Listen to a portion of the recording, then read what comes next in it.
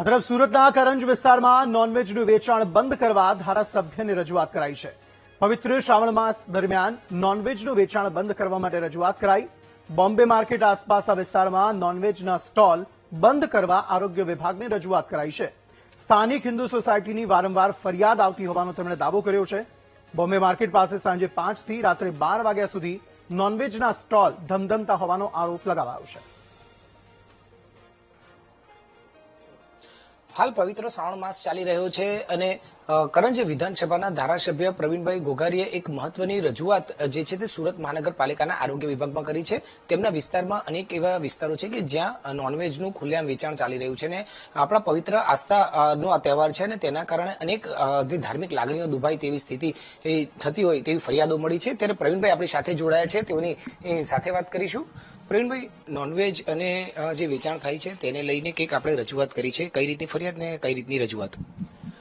નમસ્કાર મિત્રો, મારા કરંજ વિસ્તારમાં એક બોમ્બે માર્કેટ એરિયા આવેલો છે, એની આજુબાજુના ઝૂંપડપટ્ટીમાં નોનવેજનું વેચાણ થઈ રહ્યું છે।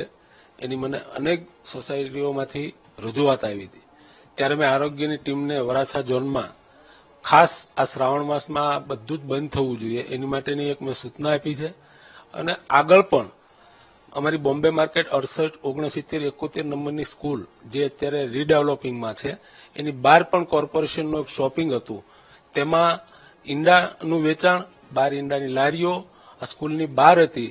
એ પણ મેં ભૂતકાળમાં કે 6-8 મહિના પહેલા એ કોમર્શિયલ આખું તોડાવી અને બંધ કરાયું છે। હાલમાં જ એ શ્રાવણ માસમાં જે વેચાણ થઈ રહ્યું છે, આજુબાજુમાં હિન્દુની વસ્તી છે, તો મારી કોર્પોરેશનની આરોગ્યની ટીમ અથવા ઝોનલ ચીફ કે ઝોનના જેડો એ લોકોને ખાસ એક મિટિંગ કરી અને એમને સૂચના આપવામાં આવી છે કે શ્રાવણ માસમાં વેચાણ બંધ થવું જોઈએ અને કાયમી ધોરણે પણ બંધ કરવાની મારી રજૂઆત છે। કેટલું જરૂરી હતું ને કેટલું ન્યુસન્સમાં કદાચ થતું હોય ને એવી કેટલી એમ ફરિયાદો હશે કે જેનાથી લોકો કંટાળી જતા હશે? મેં વારંવાર મેં આગળ કીધું એમ કે આરોગ્યની ટીમને હું ઘણીવાર મિટિંગ પણ લઉં છું, મારી પાસે રજૂઆત આવે કે ન આવે પણ હું રસ્તા ઉપર ફરતો અને હું જોતો તો જાતે પણ મેં ઘણીવાર કોર્પોરેશનના અધિકારીઓને જાણ પણ કરી છે, આરોગ્યની ટીમને પણ જાણ કરી છે।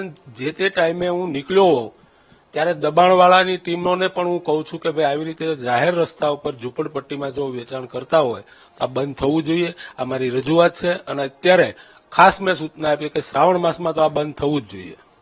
બિલકુલ, એટલે હતા પ્રવીણભાઈ ઘોઘારી, કરંજ વિધાનસભાના ધારાસભ્ય કે જ્યાં નોનવેજનું જે ખુલ્લેઆમ વેચાણ ચાલી રહ્યું છે અને પવિત્ર શ્રાવણ માસના આ ધાર્મિક તહેવારના આ પવિત્ર માસની અંદર લોકોની ધાર્મિક લાગણીઓ પણ દુભાય તે પ્રકારની સ્થિતિ જ્યારે સર્જાતી હોય ત્યારે ખુલ્લેઆમ આ જે નોનવેજનું વેચાણ થાય છે તેને બંધ કરવા માટે રજૂઆત કરી છે અને આ કાયમી ધોરણે પણ આ બંધ થાય તે પ્રકારની પણ તેમની રજૂઆત છે। ત્યારે હવે આગામી દિવસોમાં મહાનગરપાલિકા અને આરોગ્ય વિભાગ કઈ રીતે આમાં એક્શનરૂપ કામગીરી કરે છે તે જોઈ રહ્યું। કેમેરામેન સરજુ પારેખ સાથે ધ્રુવ સોમપુરા, વીટીવી ન્યૂઝ, સુરત।